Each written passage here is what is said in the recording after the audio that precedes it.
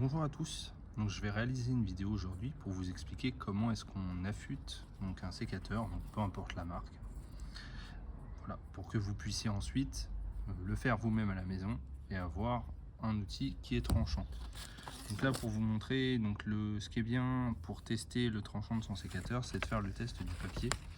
Là, vous voyez, vous mettez votre sécateur, vous coupez, hop, donc dans plusieurs sens, hein, parce que des fois en fonction de votre prise vous n'avez pas le bon résultat. Donc là vous voyez, il tranche mais qu'à moitié. Il va falloir que je revienne travailler donc mon affûtage. L'idée quand vous affûtez, donc je vais vous montrer la caméra, c'est en fait de trouver, il y a un angle qui est à peu près d'une vingtaine de degrés. Et en fait le but va être ici de redresser notre fil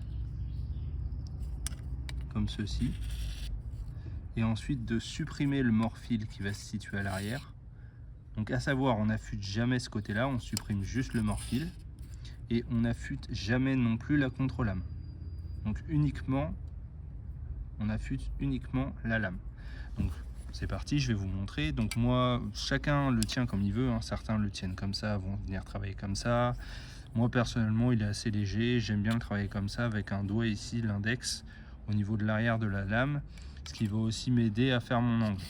Donc je vais pousser. Quand vraiment je veux être sûr de bien retrouver mon tranchant, ce que j'aime bien faire, c'est le mettre face à mes yeux. Et donc je vais venir avec plusieurs allers-retours le travailler. L'idée, c'est de plus avoir de sensation d'accroche.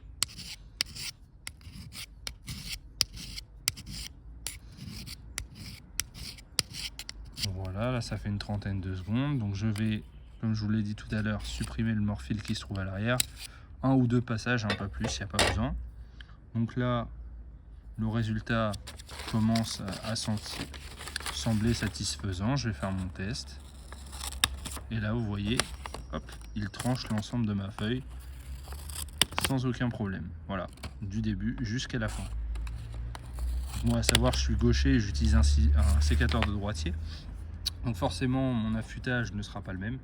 Mais voilà, donc les grands principes, trouver son angle, la tenue du sécateur qui vous convient.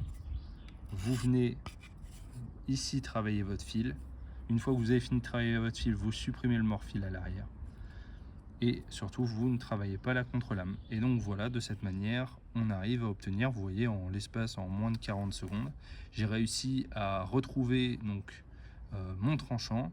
Donc à savoir qu'au début, forcément, ça vous prendra un peu plus de temps. Mais une fois que vous aurez l'habitude, vous pourrez le faire vous-même. Donc vous voyez, en pas très longtemps au final, donc avec ici, donc c'est une pierre, ici c'est une pierre diamant. Pour ceux que ça intéresse, à la limite, je mettrai dans la description.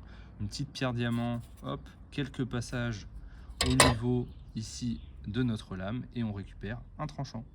Et donc voilà comment affûter un sécateur. En espérant que la vidéo vous ait plu. Si vous avez des questions, n'hésitez pas à les poser en commentaire.